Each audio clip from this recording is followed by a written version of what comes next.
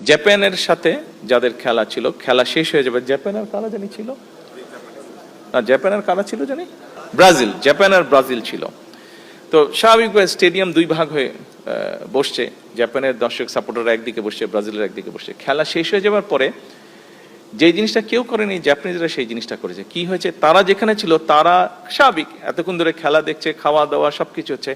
Japanese দর্শকরা যাবার সময় প্রত্যেকে বিন ব্যাগ করে, গ্রুপে গ্রুপে বিন ব্যাগ করে সব ময়লাটা সাথে করে গুছিয়ে তারা নিয়ে চলে গিয়েছে।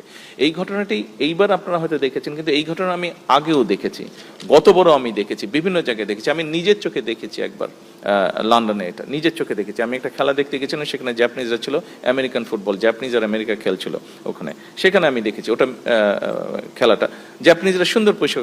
ওখানে তো জাপানিজ সরকার তো বলে দেয়নি তাদেরকে এই তোমাদেরকে এটা করতে হবে। ওখানে তো জাপানের পক্ষ থেকে কোনো সিটি কর্পোরেশনের কেউ ছিল না যে পরিষ্কার করতে হবে, তারা নিজেরাই করেছে।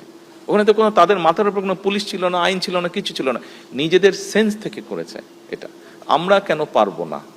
আমাদের না পারার কি কারণ হতে পারে? 5টা কারণ কেউ বলতে পারবে না আমাদেরকে যে আমরা না পারার কি কারণ হতে পারে? ওদেরও 2টা হাত, আমাদেরও 2টা হাত, ওদেরও 2টা পা, আমাদেরও 2টা পা। ওরাও পচা গন্ধ পেলে নাক দিয়ে শুনে, আমরাও পচা গন্ধ পেলে নাক দিয়ে শুনে। ওরাও ময়লাটাকে ময়লা দেখছে, আমরাও ময়লাটাকে ময়লা দেখছে।